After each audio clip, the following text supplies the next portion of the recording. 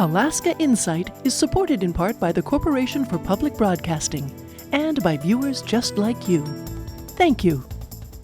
As lawmakers grapple with funding needs that outweigh available revenue, rural school districts are desperate for funds to repair crumbling buildings. And if we go down underneath this section of the building here, over in that section, you can go down there and you just pick up chunks of foundation that are this big that's just falling apart. The state Senate passed a reduced capital spending plan that focuses on school maintenance, but how far will the funds go, and will the governor sign it? We'll discuss it right now on Alaska Insight.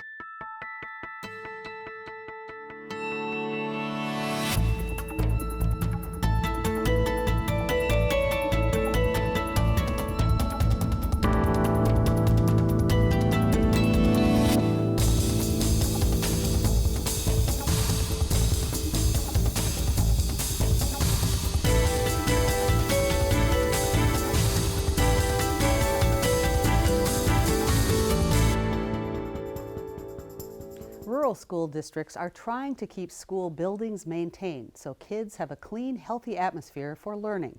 But years of requests that have far exceeded available funding have left many districts in great need for hundreds of millions of dollars in repair or replacement costs for school buildings.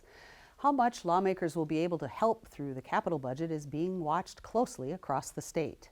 Tonight we'll hear from legislators about how they're working on these funding requests. Before we get to that discussion, here are some of the top stories of the week from Alaska Public Media's collaborative statewide news network. Governor Mike Dunleavy on Thursday vetoed a bill that would have boosted the basic per-student funding amount for public schools by $1,000. The veto was widely expected, with the governor calling the bill a joke, after senators stripped out a variety of policy provisions previously included in the bill as an effort to seek compromise.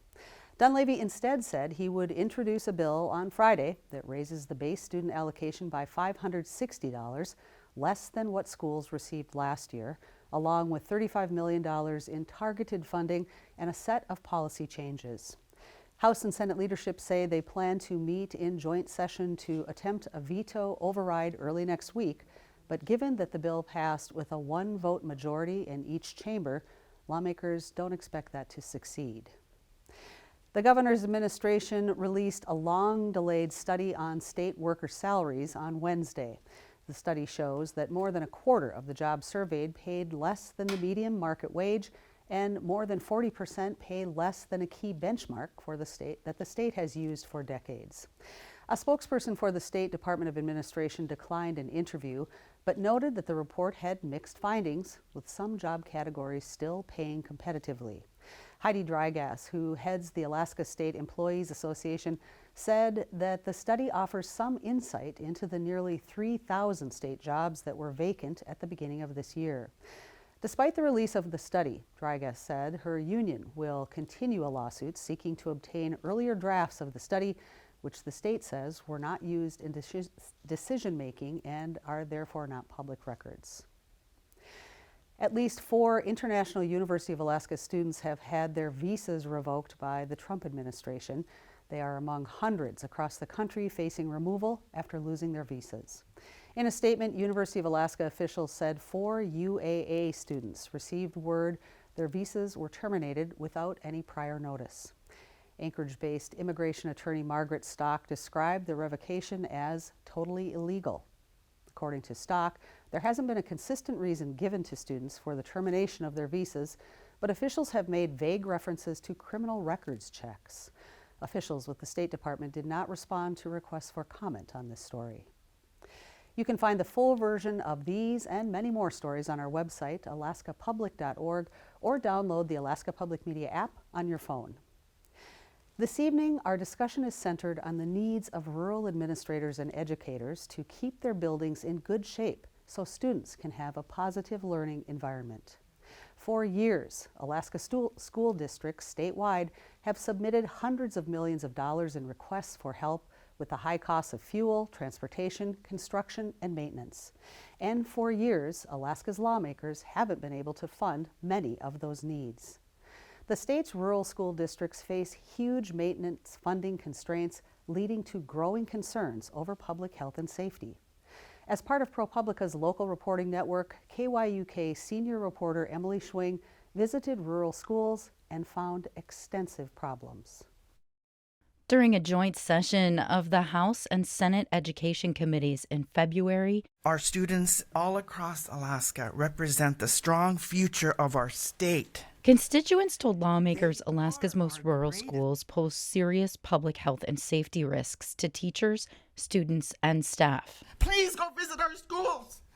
Come out to the rural areas, take a look at the leaking roof and the ponds and the paths that are underneath it. And we don't have space for other students. In Sleepmute, on the upper Kuskokwim River, conditions inside and outside of the school are some of the worst in the state. The foundation is crumbling, there's mold throughout the building, and there's a bat infestation in a boiler room. 25 teachers and students spend time here every day. Last October, Taylor Hayden, who does maintenance work for the school district, gave Alaska's Speaker of the House, Bryce Edgman, a tour. And if we go down underneath this section of the building here, over in that section, you can go down there and you just pick up chunks of foundation that are this big that's just fallen apart. Multiple reports since 2021 indicate the back portion of Sleepmute School could collapse. School districts statewide apply annually for construction and maintenance funds from the state education department. Hundreds of proposals from rural and urban school districts are ranked. Those rankings are submitted to lawmakers so they can decide how to fund the state's annual budget. State records show that over the last 25 years, rural school districts have submitted nearly 1,800 funding requests for capital projects, fixes, and improvements to buildings. Only about 14% of those projects have been funded. In January, Governor Mike Dunleavy introduced his proposed education bill for the coming year with no mention of money that would be specifically earmarked for school construction and maintenance. Education is a big issue down here in Juneau, as it is in most state capitals and legislatures. Education is one of the primary functions of a state government. But Dunleavy's Education Commissioner, Dina Bishop, says her agency isn't solely responsible for fixing the problem. And if something's happening in the school, it's most likely happening in other buildings in the community. So, it is a collective Alaskan issue that we'd be happy to have a seat at the table to discuss. The majority of students who attend rural public schools in Alaska are Indigenous. Alaska Natives face some of the highest rates of disease and health disparity in the nation, problems potentially compounded by conditions inside school buildings. Speaker Edgman is Alaska Native and says the issue is clear-cut. I think the evidence speaks for itself. These bright young children show up every morning to go to school in a building that's not fit for even anything but being ready to be demolished. Last summer, the legislature signed off on the largest infusion of cash to school districts in nearly a decade. $1.5 million will go to help make repairs in Sleepmute, but it's unlikely that money will be enough. Funding requests for maintenance and construction projects from rural school districts stand at nearly $478 million this year. It's money many legislators say doesn't exist. In Sleepmute, I'm Emily Schwing. Joining me tonight to help us better understand the scope of the problems facing rural schools and the state's financial challenges in trying to address them is Anchorage Democrat Senator Lukey Tobin. Senator Tobin is also chair of the Senate Education Committee, and Sitka Independent Representative Rebecca Himschoot is the co-chair of the House Education Committee. Welcome, both of you. Thanks so much for being with us. Thank you for having us. All right, so after just seeing that footage from Sleepmute, what are your thoughts about addressing this clear need in rural Alaska against the backdrop of the state's fiscal constraints? Senator, start us off. Well, I think clearly the current approach to funding rural schools' major maintenance and deferred maintenance is failing Alaska students. Every child in our state deserves to have access to a safe building that is going to help them launch into their future career aspirations. The unfortunate reality is that we are in a state of fiscal decline, and we need policymakers who are willing and able to make some bold decisions. I think many of those you'll see coming from the Senate in the next few weeks related to diversification of our revenue generation for the state. And without those resources, we won't be able to even begin to touch the backlog of projects that our rural schools are facing. Representative Himshoot, your thoughts here? I would agree 100% with everything that Senator Tobin has said, but I would add to that, we don't have a definition right now of deferred maintenance in the state. So when we refer to deferred maintenance, we're often talking about DOT, Department of Transportation, and the last part of their name is and public facilities. So it's those statewide public facilities that we're talking about and the university. And so we've never really included K-12 in the definition of deferred maintenance. But through previous court cases, we have had to address what we do in the REAA, the rural education attendance areas. And I think that's where Senator Tobin is talking about us falling fairly short, clearly in the case of Sleepmute and numerous other locations. Our solution and our approach is not meeting the need. Backing up a bit, Senator Tobin, you referenced the Molly Hooch decision of the 70s, and its relevance right now because it affirms that students should not have to leave their communities to get an education.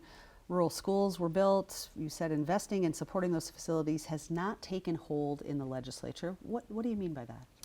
Well, I will say one of the highlights of my time in office has been meeting Commissioner Lind. He was the education commissioner at the time of the Molly Hooch case, and he has a very strong relationship with the young woman who brought that case to the state, and he still visits her in Minnesota. And he often reminds me of the hope that policymakers felt at that moment when they were discussing how do we decentralize our education system and bring back local control, infuse local knowledge into our systems of learning, and make sure kids are becoming proficient in global standards, but also connected to their culture. Now, during that time, we built 126 schools in 100 communities through a GEO-bond that in today's dollars equates to about $382 million. It passed overwhelmingly by the citizens of Alaska. And every day I receive public testimony from Alaskans who say they are willing to give up almost everything to get our students the resources they need. They are willing to have their PFD garnished. They're willing to have an education head tax. They're willing to pay an income tax. And this reminds me of how powerful education is. When it is locally rooted and locally informed, people feel like their communities can thrive. Absolutely, such an important point. Representative Himshoot, you noted the difference in how school buildings are faring in hub communities in rural Alaska compared to more remote schools. Talk about what you're hearing about the concern over building safety. I can just give an example directly out of one of my 11 school districts in the area that I represent, which is House District 2, Yakutat to Heidelberg. We have a school in one of my REAA districts that has a failed fire panel. As a result, there has to be a human being in the school 24/7. So that's easy during the school day. They also have to pay someone to be there evenings, weekends, nighttime, because of the risk of fire. When they finally were funded to go ahead and deal with that fire panel, they had a leak in the roof. So they decided to take the funding and apply it to the leaky roof. And as far as I know, I need to check back in with them, but the fire panel is still an issue. So that's in a district here in Southeast Alaska that really has no recourse. What can they do? They turn to the REAA fund and then roll the dice and hope. And could the two of you please explain for folks who aren't familiar with REAA funds what that is and what it provides for rural schools? Yeah, I'm happy to provide some more context. So the rural education attendance areas were set when the Molly Hooch case was settled, and it established 21 regional districts that actually align with Native corporation boundaries. The idea was, again, that you want to have your local community infuse their voice into education outcomes for their students. Now, as a part of that, and through legal action and of course through some legislation, we have tied funds for our rural schools to fix leaky roofs or address fire panel issues to school bond debt reimbursement in our urban areas. So for the amount that we reimburse urban school districts for their school construction, we put 24% of that value into the Rural Education Association Fund that is meant to address these capital improvement projects, this deferred maintenance in our rural schools. Unfortunately, because those are so closely tied together through statutory language, when school bond debt moratorium was put in place in 2015, we have not recapitalized that fund. There has been a few instances where the legislature has appropriated dollars, but we don't have that strong mechanism in tie because of that school bond debt moratorium. Anything you'd like to add, Representative Himshoot, or That was shall we- that was an excellent explanation. I'll just say that moratorium on school bond debt is set to sunset this year. So we will be obligated once again to use the formula to get some money back into the REA fund. But in the meantime, the legislature has at times added funding and at times not so much. Senator Tobin, you said the state has abdicated its responsibility. Given the financial plight, as Speaker Edgman said, we're in a fiscal pickle right now. What do you think is the best course moving forward, and what do you think can be done through the capital budget to help chip away at that huge list of backlog need? Well, I will say the legislature has continually appropriated dollars from the REAA fund and from general funds to address school deferred maintenance and capital improvement projects. This has been occurring my entire time in office and even before that. Unfortunately, we've seen governor after governor veto those dollars with the reason being to preserve the fiscal stability of the state. Unfortunately, that has come at the cost of our students' quality of education experience and their health and safety. The legislature is going to have to readdress how we're providing for these resources. I think it's time for us to reevaluate the current mechanism and also to figure out ways that we can hopefully inure funding going into these systems from a governor's veto. Representative Himshoot, as a former educator, you spent your career as a teacher. What do you think is the best course going forward, as I said, given the constraints of our funding situation? I think I have to recognize that I was a teacher in a municipal school district, so we repeatedly would draw on the backing of the municipality to help with emergency situations in our buildings or even just general maintenance. So I had that benefit. I was not in an REA school. I just want to point out, we are not an impoverished state. We do have money. We're a state that has a fantastic sovereign wealth fund. It's how we determine that we want to prioritize that funding. And I think we're finding increasing evidence that we're falling short in that prioritization when it comes to, exactly as Senator Tobin said, the quality that we're able to offer our kids, especially for their learning environment in the rural areas. So we need to look at our priorities and examine what our options are. People will say money doesn't solve everything. In this case, it really would solve a lot of the problems. Have either one of you heard that rural districts are getting so frustrated that they may consider suing the state over this lack of funding? Well, they have before. That's what the Kasaili lawsuit was about. And we realized through that adjudicated process the state was in the wrong. I think if something similar came before us, the evidence would be overwhelming that the state is falling quite short of its constitutional obligations to maintain a system of public schools open to every student. What I anticipate that we will see in the coming months and if not years is the continued attrition on our capital improvements list. So many schools are unable to get their projects listed in those documents because the burden is on them to provide the engineering reports and the inspections. We'll also see school districts use more of their base student allocation to continue to address these long-standing deferred maintenance projects, and that is at the sacrifice of student learning. So there's going to be multiple paths that I think our schools take, and I'm hoping that the legislature can step in and provide a better response, because that's what we are elected to do. Have either one of you heard lawmakers talking about perhaps the idea of a permanent fund dividend pause for a year or two to try to catch up on some of this backlog of maintenance needs, or instituting new revenue measures, new taxes. Representative Himshoot? I can't say I've heard those specific conversations about pausing the dividend. I haven't heard that conversation, but looking at new revenues is a conversation that I think is ongoing in the building.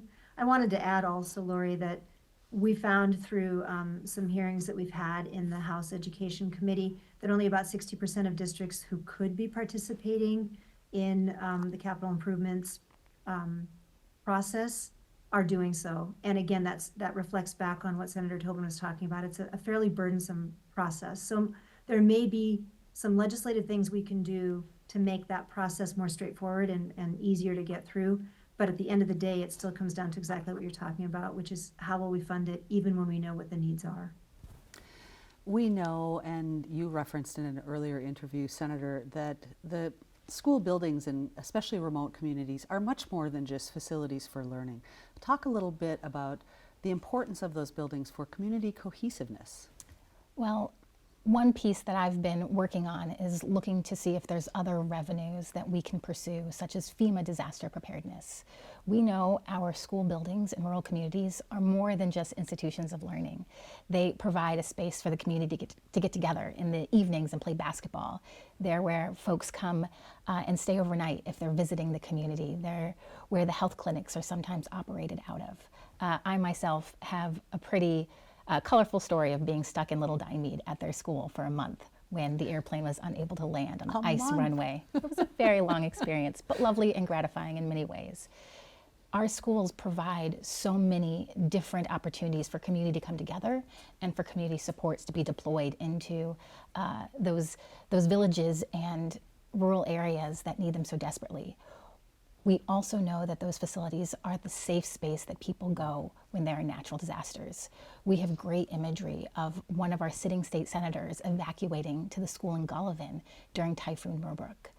These are spaces that are only large enough to house all of the population, that have the running water and the internet.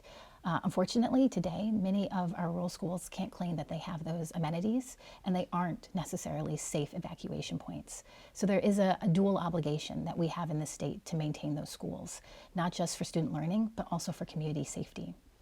Representative Himshoot, as an educator yourself, talk about your experience in that regard and what you saw about how the schools are sort of the community gathering place. Oh, 100%. Yeah, the schools, Boys and Girls Club, various other community clubs, even church groups sometimes will use school buildings. So the school is the center of the community. And I'll just add, we had incredible events in a school gym here in my district. The Navy finally apologized for a bombardment that happened back in the 1800s. And that bombardment was decades in coming. I'm sorry, the apology was decades in coming. And the community gathered together in the school gym to host the Navy to receive the apology. That's how central that is. There's no other place in the community that could have held that event. So, and then I think Senator Tobin pointed out basketball. Nothing brings rural communities together quite like basketball. So they're 100% the center of the community, both for learning, but also for just sort of the heartbeat of what happens in our communities and rural places. So the schools are multifunctional and multi-valued in these communities. We're almost out of time, but next week you'll both be back at it and trying to get a new proposal put together? Well, I think first we're going to attempt to override the governor on his veto. This is going to be one of the most crucial, important votes that I think sitting state legislators take. And I am going to continue to encourage my colleagues to make the right choice. Representative Himshoot? I couldn't agree more with what the senator just said. We have one shot at this, and I'll just add that every issue that we're trying to address in every school in our state right now is at least in some way helped by the measure that we're trying to override on Tuesday. All right, thank you both so much for the work you're doing on behalf of all Alaskans. Alaska's youth need safe, clean schools so they can focus on learning. Dilapidated buildings are not only a safety and health hazard, they're demoralizing for the very people we are depending on to build Alaska's future. Young Alaskans deserve the best education we can provide. And having a school that they can feel proud of and excited to go to is an important part of building that future. That's it for this edition of Alaska Insight. Visit our website, alaskapublic.org, for breaking news and reports from our partner stations across the state. While you're there, sign up for our free daily digest so you won't miss any of Alaska's top stories of the day. Thanks for joining us this evening. I'm Lori Townsend. Good night.